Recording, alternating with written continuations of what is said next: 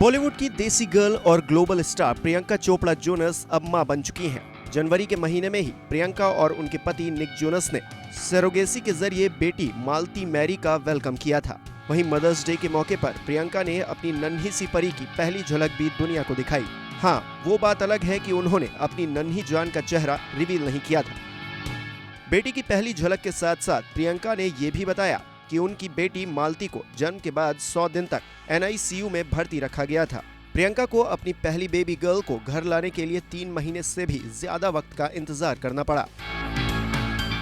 वैसे सिर्फ प्रियंका चोपड़ा ही नहीं, बल्कि बॉलीवुड में ऐसे कई स्टार्स हैं जिनके बच्चे जन्म के बाद लंबे समय तक अस्पताल में एडमिट रहे।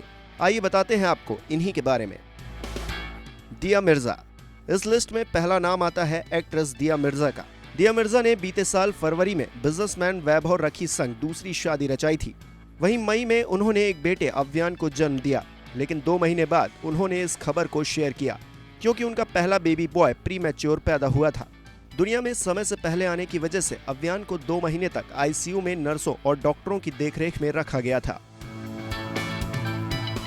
देबीना बनर्जी और गुरमीत चौधरी। कुछ समय पहले ही एक बेटी के पेरेंट्स बने देबीना बनर्जी और गुरमीत चौधरी का नाम भी इस लिस्ट में शामिल है। 3 अप्रैल को देबीना ने बेटी लियाना को जन्म दिया था, लेकिन लियाना को जन्म के 5 दिन के बाद ही पीलिया हो गया, जिसके बाद उन्हें अस्पताल में एक इनक्यूबेटर में बिली लाइट में रखा गया था। शाहरुख खान और गौरी खान।